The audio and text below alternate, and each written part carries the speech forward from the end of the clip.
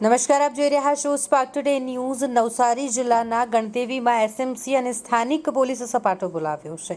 લોકસભા ચૂંટણી પહેલા દારૂની હેરાફેરી ઉપર સખત કાર્યવાહી કરવામાં આવી રહી છે। એસએમસી અને ગણદેવી પોલીસે લાખો રૂપિયાનો દારૂ ઝડપી પાડ્યો છે। ગણદેવી તાલુકાના રહેજ ગામ નજીક ચાલી રહેલા દારૂના કટિંગ પર એસએમસીની ટીમ ત્રાટકી હતી। મોંઘી દાટ 7 કારમાં દારૂની હેરાફેરી થઈ રહી હતી। એસએમસીએ 25 લાખથી વધુના દારૂની હેરાફેરી ઝડપી પાડી છે। એસએમસીએ 71 લાખની કિંમતની 8 કાર સાથે 98 લાખથી વધુનો મુદ્દામાલ જપ્ત કર્યો છે।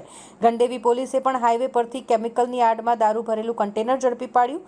ગણદેવી પોલીસે 13 લાખથી વધુના દારૂ સાથે 41 લાખથી વધુનો મુદ્દામાલ જપ્ત કર્યો છે।